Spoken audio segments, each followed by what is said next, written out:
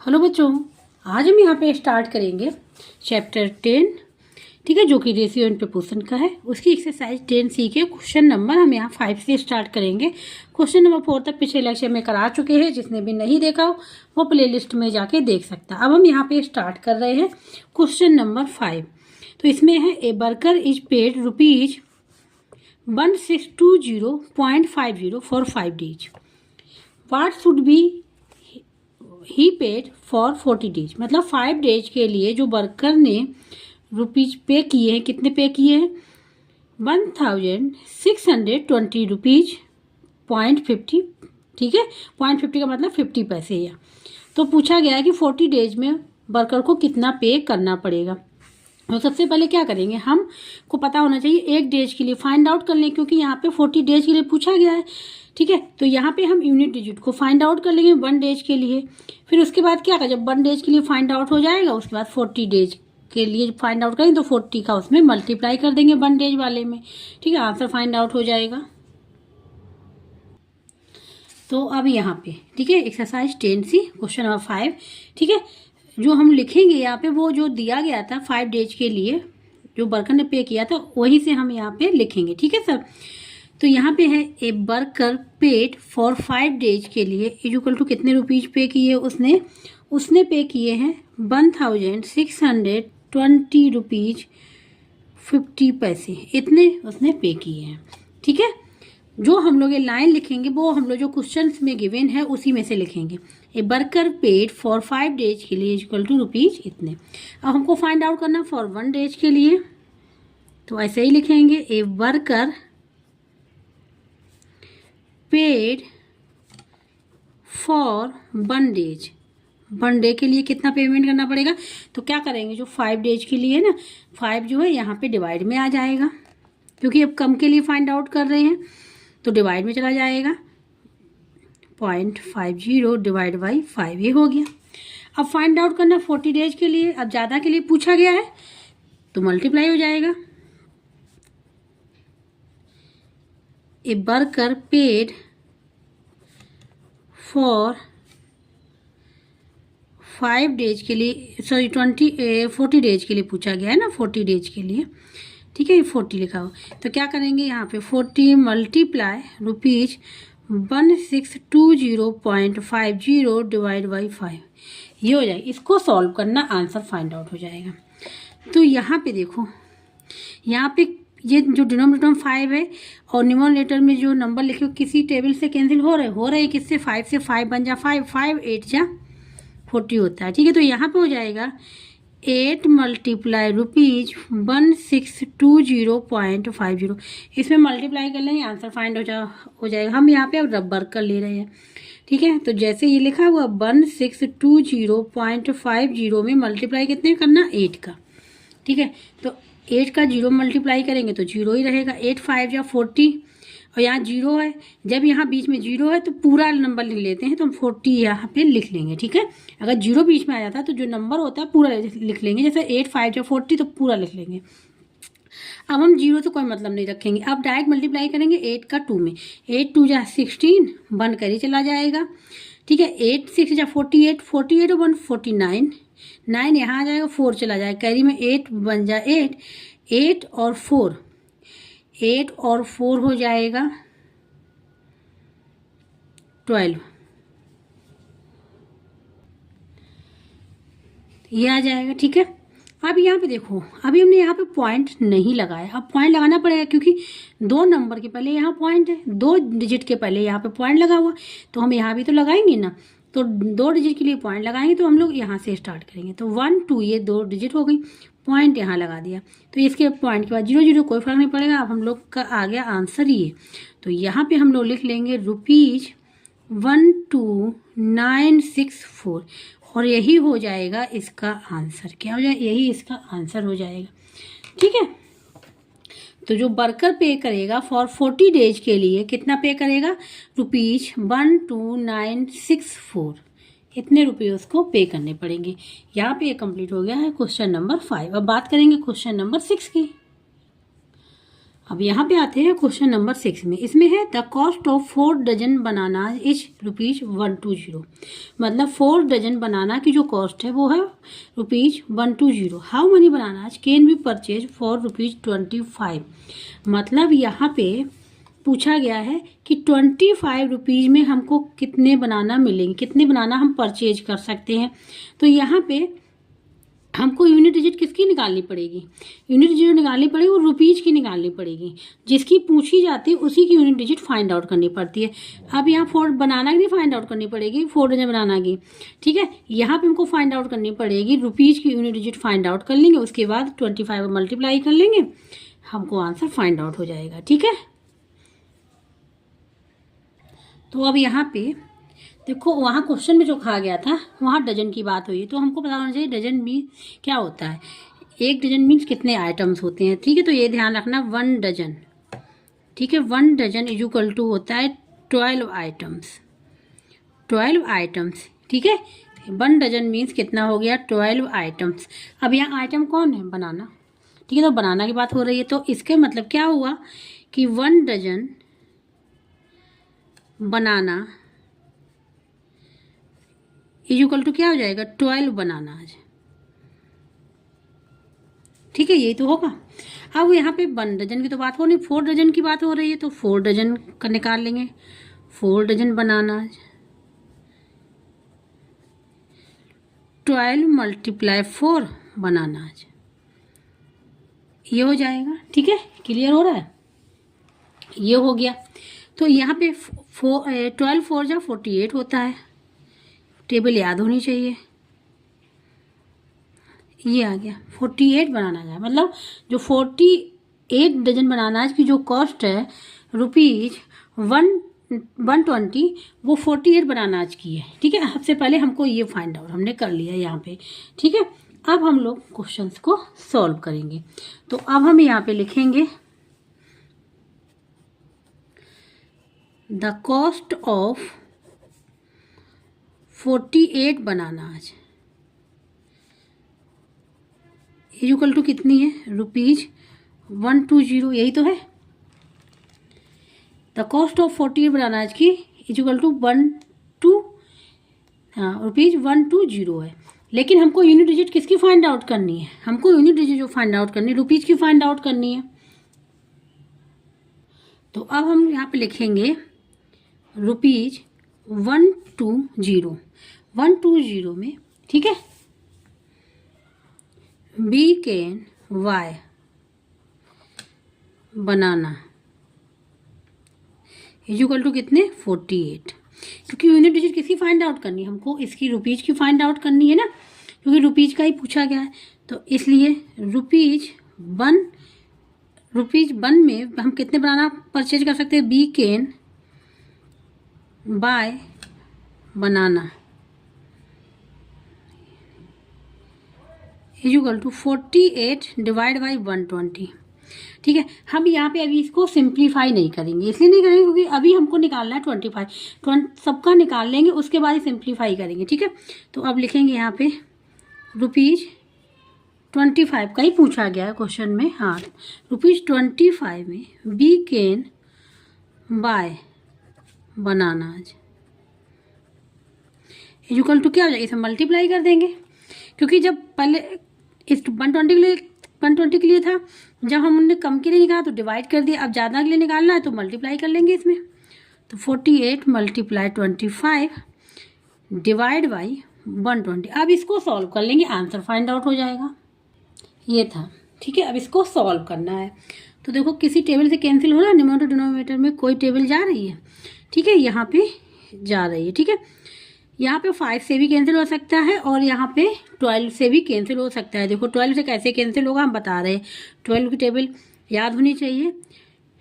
12 बन जा 12 और यहाँ पे 0 आ जाएगा, 10 आ गया, और 12 4 जा होता है 48, 12 4 जा 48 होता है, ये हो गया। तो ये जो निकल के आया ये आ गया। फिर हम करें यहाँ पे करेंगे तो फिर समझ में नहीं आएगा, यहाँ फिर अगेन कर ले रहे हैं, ठीक है, जिससे क्लियर हो जाए। 25 10 आ गया। अब ये किससे कैंसिल हो रहा है, अब ये देखो ध्यान से, ये 5 से कैंसिल हो रहा है, 5 5 जा 25, 5 2 जा 10, ठीक है। अब ये 2 देखो, 2 4 और 2, 2 की टेबल में 4 आता है, 2 1 जा 2, 2 2 जा 4, तो कितना बचा 2 × 5 = 10। 10 बनाना मिलेंगे, बाय कर सकते हैं, ठीक है, ₹25 में। ₹25 में हम कितने बनाना परचेज कर सकते हैं 10, और यही हो जाएगा इसका आंसर। तो अब यहाँ पे आंसर लिख लेंगे क्या, 10 बनानाज, ठीक है, जैसा बुक में दिया उसी हिसाब से बनाएंगे। 10 बनानाज कैन वी परचेज या बाय,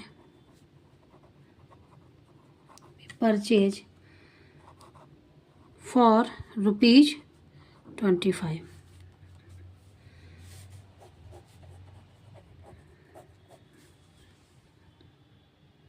अब यहाँ पे बात करेंगे क्वेश्चन नंबर 7 की। 6 तक कंप्लीट हो गया, क्वेश्चन नंबर 7, ठीक है। The cost of 5 kg of flour is ₹91.50, मतलब 91 रुपीज़ और 50 जो है वो पैसे हैं। तो ये कॉस्ट 5 kg ऑफ फ्लोर की है। अब इसमें 2 क्वेश्चन हैं। क्या है फर्स्ट वाला, what is the cost of 8 kg of flour. दूसरा है how much flour can we purchase for ₹128.10। मैं सबसे पहले हम लोगों को 8 kg के लिए फाइंड आउट करना है।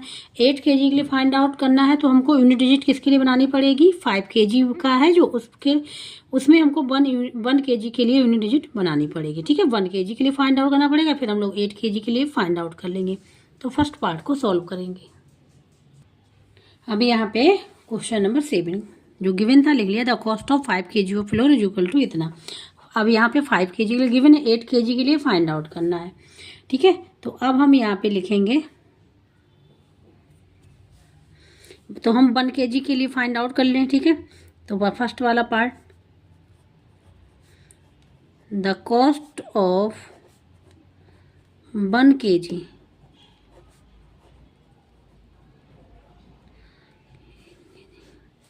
इक्वल टू क्या हो जाएगा, इस जो 5 है इधर डिवाइड हो जाएगा क्योंकि कम के लिए निकाल लें, 91.50 डिवाइड बाई 5, ठीक है, क्योंकि पहले 5 kg के लिए था, अब हमको कम के लिए निकाल रहे हैं, 1 यूनिट के लिए निकाल रहे हैं, 1 kg के निकाल रहे हैं, तो क्या करेंगे, जो 5 है वो इधर डिवाइड में हो जाएगा। अब फाइंड आउट करना 8 kg के लिए, तो यहाँ पे लिखेंगे the cost of 8 kg of flour equal to क्या हो जाएगा, अब ज़्यादा के लिए निकालना है तो क्या करेंगे, मल्टीप्लाई कर देंगे इसका। तो ₹91.50 डिवाइड बाई 5, इसमें मल्टीप्लाई कर दिया 8 का। इसको सॉल्व करना है, आंसर फाइंड आउट हो जाएगा, ठीक है। तो यहाँ पे पॉइंट लगा, हम तो डायरेक्ट भी पॉइंट से भी कर लेंगे, लेकिन ठीक है समझाने के लिए क्या करेंगे, यहाँ पे देखो इक्वल टू, अब यहाँ पे 2 डिजिट के पहले पॉइंट लगा हुआ है, तो हम क्या करें, इसमें 100 का मल्टीप्लाई न्यूमरेटर डिनोमिनेटर दोनों में करेंगे, ठीक है। 91.50 multiply 100 multiply 8 divide by 5 multiply 10। हम तो डायरेक्ट भी यहाँ से कैंसिल करके सॉल्व कर सकते थे, लेकिन समझाने के लिए जैसे क्लियर हो जाएगा। अब यहाँ पे 100 का मल्टीप्लाई क्यों किया, क्योंकि यहाँ पे 2 डिजिट के पहले पॉइंट लगा हुआ है। अब डिजिट जो है यहाँ से रिमूव हो जाएगी, 100 का मल्टीप्लाई जैसे इसमें होगा, ठीक है। ये हो जाएगा ₹9150 मल्टीप्लाई 8 डिवाइड बाई 5 मल्टीप्लाई 100, ये हो जाएगा।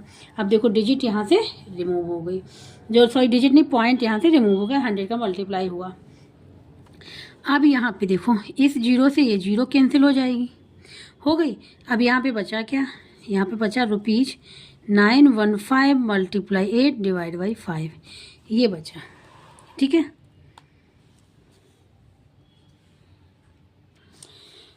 तो अब यहाँ पे 5 से कैंसिल हो जाएगा, देखो यहाँ पे रबर कर ले रहे हैं, ठीक है।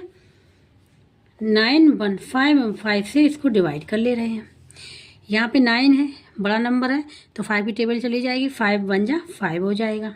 कितना बचेगा, 9 में 5 जाएगा 4 में जाएगा नहीं। अब एक 1 जो है इसको नीचे लेके आएंगे, अब 41 हो गया, 41। अब 5 की टेबल पढ़ेंगे जो 41 से ज़्यादा ना, 41 तो होता है, 41 से ज़्यादा ना, तो क्या हो जाएगा, 5 8 जा होता है 40, ठीक है, ये हो जाएगा, ठीक है। तो यहाँ पे क्या बचेगा, 1 बचेगा, ठीक है, और ये 4 से 4 कैंसिल हो जाएगा। अब किसको लेके आएंगे, 5 को लेके आएंगे। अब कितना जाएगा, 15 है तो 5 × 15 आता है, 5 3 जा 15, ठीक है, रिमाइंडर क्या आ गया, 0 आ गया। अब इसको हम लोग यहाँ पे लिख लेंगे, 5 × 5, इसको यहाँ पे कैंसिल किया, यहाँ 183 हो गया, 183 हो गया। तो यहाँ पे हो गया ₹183 × 8। अब इसमें 8 का मल्टीप्लाई होना है, 8 का मल्टीप्लाई होना है। ठीक है, तो अब यही हम लोग 8 का मल्टीप्लाई कर ले रहे, देखो रबर के यहीं पे कर ले रहे। ठीक है, 183 × 8, 8 3 जा 24, 4 यहाँ पे 2 का ही चला जाएगा। ठीक है, 8 8 जा 64 और 2, 64 और 2 के 66, 6 कैरी चला जाएगा। ठीक है, 6 कैरी चला जाएगा, 8 बन जाए 8 और 6 14, क्या आ जाएगा 14, ये आ जाएगा। तो ये आ जाएगा यहाँ पे 1464, यहाँ पे ये आ जाएगा, ये आ जाएगा। लेकिन यहाँ पे ये 10 भी तो संग में चल रहा था, यहाँ पे 10 और संग में चल रहा है। ठीक है, डिवाइड बाई 10 चल रहा है, यहाँ पे भी डिवाइड बाई 10 आ जाए, क्या आ जाएगी डिवाइड बाई 10, हम लोग भूल गए थे। ये 10 चल रहा था, अब एक 0 कैंसिल हो गया, 10 तो साथ में चल ही रहा है। ठीक है, अब क्या करेंगे, इस 10 को रिमूव करने के लिए क्या करेंगे, अब हम ये 0 है, एक 0 है, तो क्या कर, जैसे ये रिमूव होगी तो एक नंबर के पहले पॉइंट लग जाएगा आके, तो ₹146.4 हो जाएगा इसका आंसर। अब 10 यहाँ से रिमूव हो गया। ठीक है, क्या करते हैं, जैसे नीचे डिनोमिनेटर में जितने भी 0 होते हैं 1 के बाद, जैसे एक 0 है, जब इसको यहाँ से हटाएंगे तो एक नंबर के पहले पॉइंट लग जाएगा आके न्यूमरेटर में। 2 0 होंगे तो 2 नंबर पहले लगेगा, 3 0 होंगे तो 3 नंबर पहले पॉइंट लगेगा, 4 होंगे तो 4 नंबर पहले पॉइंट लगेगा। ठीक है, एक तो एक ही 0 था, इसको हमने रिमूव किया तो न्यूमरेटर में एक डिजिट के पहले पॉइंट यहाँ पे लग गया आके। ठीक है, तो ये हो जाएगा इसका आंसर। ये हो गया फर्स्ट पार्ट। अब बात करेंगे सेकेंड पार्ट की। अब सेकेंड पार्ट करेंगे। ठीक है, इसमें हम लोग रुपीज़ की यूनिट डिजिट फाइंड आउट करेंगे, तो लिखेंगे ₹91.50 बी कैन परचेज या बाय, बी कैन बाय। ठीक है, बी कैन बाय क्या खरीद रहे हैं, flour, be can buy the flour equal to कितना है 5 kg। ठीक है, we can buy the flour या we can buy flour equal to 5 kg। अब फाइंड आउट करना है ₹1 के लिए, तो ₹1 वी कैन बाय फ्लोर। ठीक है, इक्वल टू क्या हो जाएगा 5 kg जो है डिवाइड बाई इससे हो जाएगा 91.50, 91.50। अब यहाँ फाइंड आउट करना है ₹128.10, तो ₹128.10। ठीक है, we can buy flour equal to 5 multiply, इसका मल्टीप्लाई हो जाएगा 128.10 और डिवाइड बाई 91.50। बस ये है, इसको सॉल्व करना, आंसर यहाँ पे फाइंड आउट हो जाएगा। ठीक है, अब एक चीज़ यहाँ पे ध्यान देना, 2 नंबर पहले पॉइंट यहाँ भी, 2 नंबर के पहले पॉइंट यहाँ भी, तो क्या करेंगे, इसको डायरेक्ट भी ले सकते हैं क्योंकि न्यूमरेटर डिनोमिनेटर में 2 नंबर पहले पॉइंट दोनों जगह पे हैं। ठीक है, तो इसको पॉइंट यहाँ से हट जाएगा, अगर एक ही जगह होता तो मल्टीप्लाई होता। ठीक है, पॉइंट हटाने के, लेकिन दोनों जगह सेम है और 2 डिजिट के पहले ही है तो दोनों तो हट जाएगा दोनों जगह।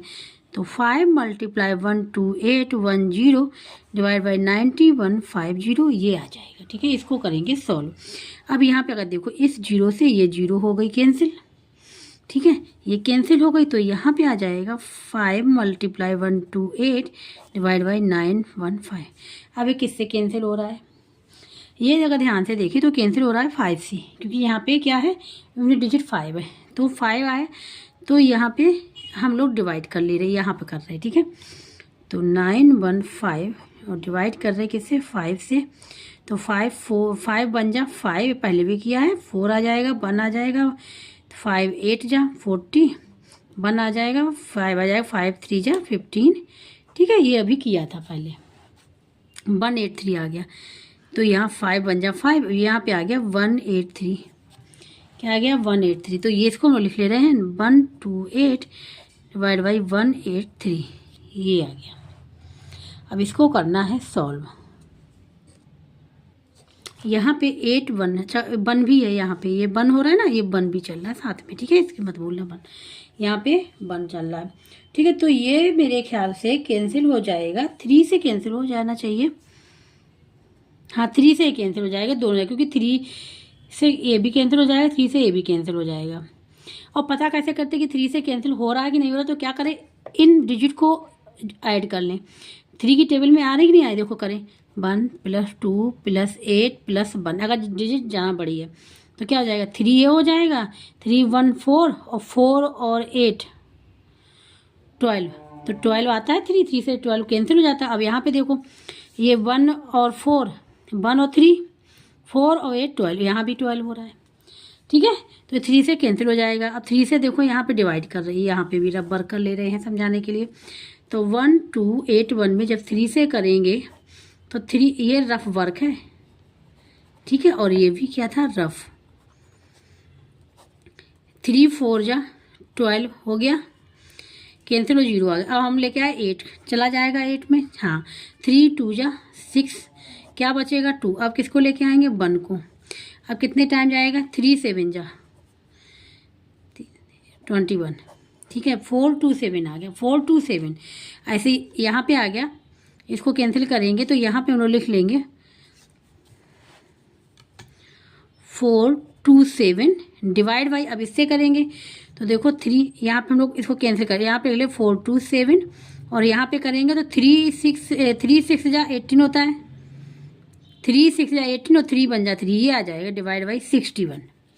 आप एक ध्यान से देखो कि ये कैंसिल किससे हो रहा है, 61 की टेबल में 4 2 7 आएगा, कैसे आएगा, क्योंकि अगर ध्यान से देखो कि यहाँ पे 61 है, यहाँ 4 2 7 है, तो 6 7 जा 42 होता है, और 1 का और मल्टीप्लाई 7, देखो यहाँ पे समझा रहे हैं 61 42 7।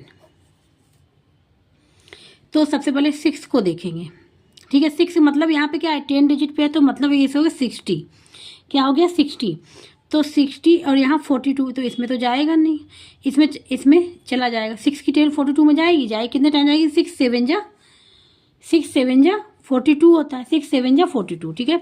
अब लेकिन 1 भी तो लिखा हुआ, तो 1 का भी मल्टीप्लाई करेंगे 7 टाइम्स, जब 6 का किया 7 टाइम तो 42 आ गया।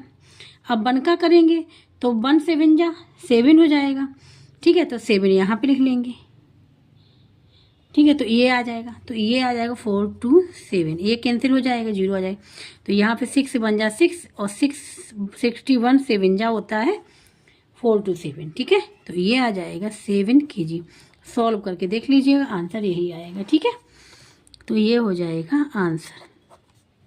तो क्वेश्चन नंबर 7 भी यहाँ पे कंप्लीट हो गया, दोनों पार्ट यहाँ पे।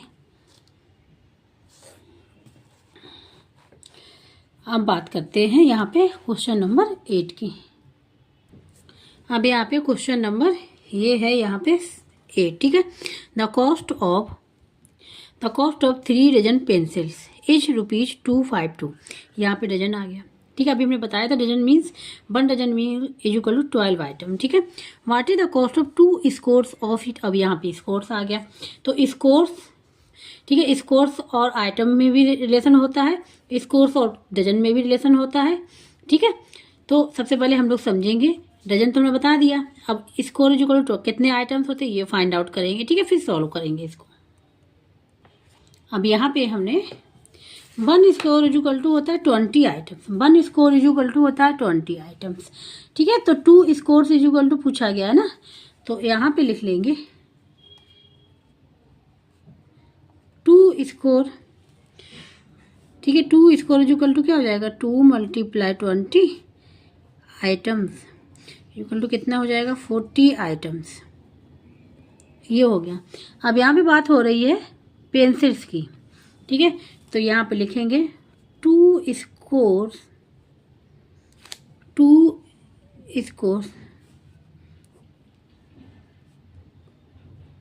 पेंसिल इज इक्वल टू क्या हो जाएगा, 40 pencils,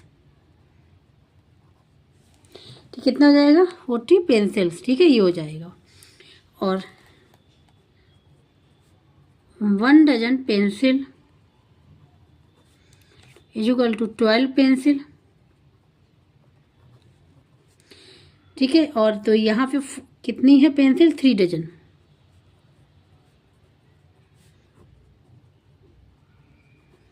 equal to 12 multiply 3 pencils, 36 pencils ये है। ठीक है, अब यहाँ हमको पता चल गया पेंसिल्स कितनी है और इस कोर्स का मतलब कितनी पेंसिल्स फाइंड आउट करनी है, मतलब कितनी पेंसिल्स की यहाँ पे हमको कॉस्ट दी गई है और कितनी पेंसिल्स की कॉस्ट फाइंड आउट करनी है। मतलब 36 पेंसिल की कॉस्ट गिवन है, 40 पेंसिल्स की यहाँ पे फाइंड आउट करनी है। तो अब हम लोग यहाँ पे लिखेंगे the cost of 36 pencils, cost of 36 pencils equal to ₹252 है। तो अब हमको कितने फाइंड आउट करनी पड़ेगी, डायरेक्ट तो 40 की हम फाइंड आउट नहीं कर सकते, 1 की निकालनी पड़ेगी। तो अब यहाँ पे लिखेंगे कॉस्ट ऑफ 1 पेंसिल्स, जब कम के लिए निकाल रहे हैं तो क्या कर देंगे, डिवाइड कर देंगे, 252 divide by 36।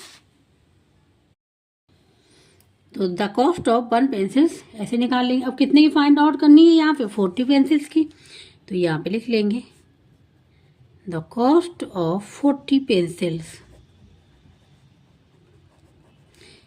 ₹252 multiply 40 divide by 36। भाई इसको सॉल्व करना, आंसर फाइंड आउट हो जाएगा। ठीक है, इसको सॉल्व करना है। अब इसको सॉल्व करेंगे। ठीक है, तो यहाँ पे देखो किस टेबल से कैंसिल होगा, 36 से 40, तो 4 की टेबल में 36 आता है, 40 भी आता है।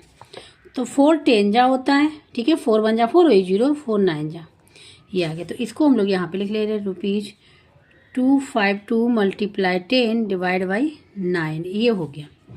ठीक है, अब इसको करना है सॉल्व, तो इसको सॉल्व करना पड़ेगा। तो यहाँ पे ये देखेंगे ये 9 से कैंसिल हो रहा है। ठीक है, तो अब हम लोग रबर के यहाँ पे कर ले रहे हैं, तो 9 से डिवाइड कर रहे हैं 252 को। तो देखो 9 2 जा 25 में करेंगे ना, तो 9 2 जा, हम ऐसे चेक करते हैं कि 25 से ज़्यादा ना हो। तो अगर 9 3 जा करेंगे तो 27 हो जाएगा। 9 2 जा 18, तो कितना बचेगा 15, 5 से जाएगा नहीं, बोरो लेंगे 15 हो जाएगा, 15 में से 8 जाएगा, 7 बचेगा, 7 बचेगा, यहाँ पे ले आएंगे 2, तो 19 8 जा 72 होता है 0, तो 20 आ गया। क्या आ गया, ₹28 मल्टीप्लाई 10। ठीक है, यहाँ पे लिख सकते हैं 9 बन जा 9, और ये दिखा सकते हैं कितना 28। ठीक है, यहाँ पे अब इसका 10 मल्टीप्लाई करेंगे तो क्या आ जाएगा ₹280, क्योंकि 1 का मल्टीप्लाई सेम रहेंगे, बस एक 0 इंक्रीज हो जाती है, यही हो जाएगा इसका आंसर। ठीक है, तो इस प्रकार से ये क्वेश्चन नंबर 8 भी यहाँ पे कंप्लीट हो गया है। अब यहाँ पे क्वेश्चन नंबर 9, ये लास्ट क्वेश्चन है इस एक्सरसाइज का। ठीक है, Padma had a recipe of fruit punch which makes 15 glasses. ठीक है, पद्मा के पास ये रेसिपी है, ये गिवन है, इससे कितने गिलासेज जूस बनता है, 15 ग्लासेज। ठीक है, she decided to make 75 glasses of fruit punch, उसको डिसाइड किया कि वो 75 ग्लासेज बनाएगी फ्रूट पंच का। How much lemon juice would be needed to make 75 glasses. यहाँ पूछा गया है कि लेमन जूस, जो लेमन जूस है उसको कितना लेना पड़ेगा, उसकी कितनी क्वांटिटी लेनी पड़ेगी जिससे कि 75 ग्लासेज बन जाए। ठीक है, यहाँ केवल लेमन जूस की बात हुई है, लेमन जूस का फाइंड आउट करना है कि how much lemon juice would be needed to make 75 glasses. Question number 9। ठीक है, यहाँ पे हमने लिख लिया है कि 15 ग्लासेज की जो रेसिपी है, ठीक है, वो हमने लिख ली है यहाँ पे, रेसिपी ऑफ 15 ग्लासेज जो फ्रूट पंच की ये है। अब पूछा गया है 75 ग्लासेज के लिए, तो हम अगर 1 गिलास की फाइंड आउट हो जाए तो 75 ग्लासेज की फाइंड आउट कर लेंगे। तो यहाँ पे हम लोग लिख लेंगे रेसिपी ऑफ 1 गिलास ऑफ फ्रूट पंच। तो क्या करेंगे, जो 15 है इसका इसमें डिवाइड कर देंगे। तो हम यहाँ पे अभी लिख ले रहे ऐसे। ठीक है, 15 अभी नहीं, यहाँ पे 1/15, क्योंकि डिवाइड जाएगा, और यहाँ पे ये मल्टीप्लाई हो जाएगा, 1/15 हो गया, डिवाइड हो जाएगा, और ये पूरा फिर लिख लेंगे दोबारा अगेन, ठीक है। तो यहाँ पे लिख लेंगे 500 ml orange juice, 500 ml pineapple,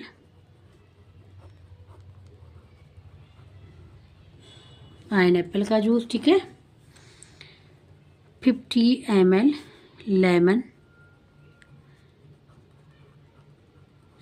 और 1 लीटर स्पार्किंग वाटर, ये लिख लिया, ठीक है। ये हमने यहाँ पे लिख लिया और 1 इसको डिवाइड कर दिया पूरे को 1/15, मतलब 15 से डिवाइड कर दिया, मतलब इस 15 ये हर एक में डिवाइड होगा, ठीक है। अभी हमने डिवाइड किया नहीं, अंदर अभी ओपन नहीं किया, ठीक है। इसको ओपन करेंगे तो 15 हर एक में डिवाइड होगा। अब हमको फाइंड आउट करनी कितने की, 75। तो अब हम लोग यहाँ पे लिखेंगे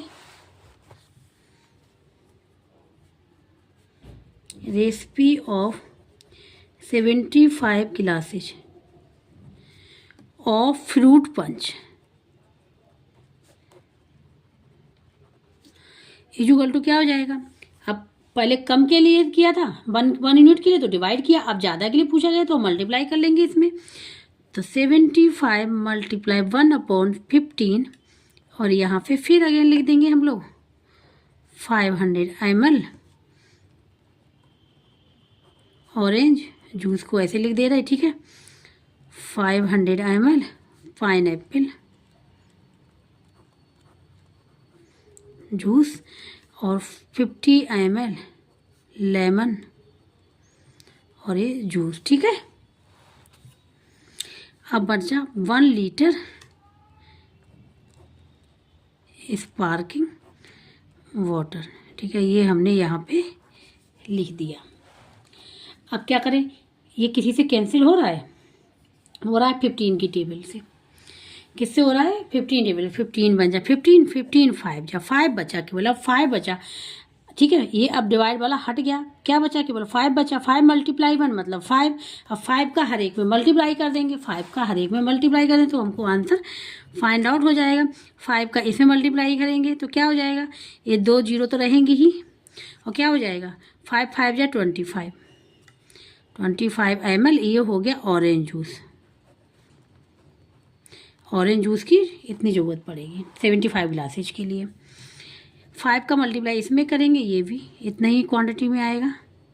ml पाइनएप्पल,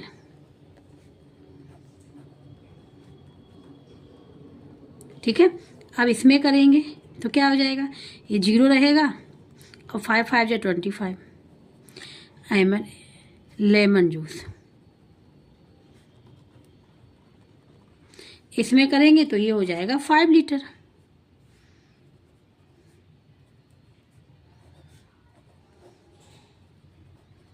स्पार्किंग वाटर, ये हो गया। तो अब यहाँ पूछा गया है लेमन कितना ज़रूरत पड़ेगा 75 ग्लासेज के लिए। हमने हर एक का निकाल लिया। अगर क्वेश्चन पूछा जाए कि ऑरेंज जूस कितना पड़ेगा तो इतना पड़ेगा, पाइनएप्पल की कितनी ज़रूरत पड़ेगी, इतनी पड़ेगी, ठीक है।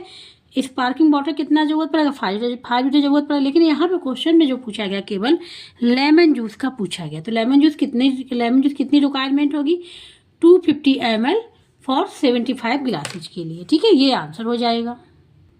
तो अब हम लोग यहाँ पे लिख लेंगे आंसर को, ठीक है। बुक से ही हम लोग आंसर लिखेंगे, हाउ मच की जगह पे लिख लेंगे 250 ml लेमन जूस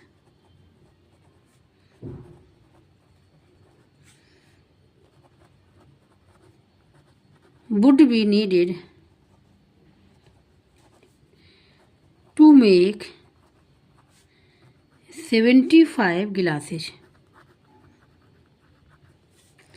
ठीक है। कितनी ज़रूरत पड़ेगी, 250 ml लेमन जूस की ज़रूरत पड़ेगी, और यही हो जाएगा इसका आंसर। इस प्रकार से क्वेश्चन नंबर 9 भी यहाँ पे कंप्लीट हो गया। एक्सरसाइज के सारे क्वेश्चन यहाँ पे कंप्लीट हुए। इसको कहीं भी डाउट हो रहा है, समझ में नहीं आ रहा, तो कमेंट बॉक्स में करके पूछ सकता है। और जिसको वीडियो अच्छा लगा वो प्लीज़ लाइक से सब्सक्राइब एंड कमेंट करके जरूर बताइएगा। अब जो नेक्स्ट है, ठीक है, मेंटल मैथ्स हो गए, असर्शन एंड रीजन्स हो गए, वो हम लोग करेंगे नेक्स्ट लेक्चर में।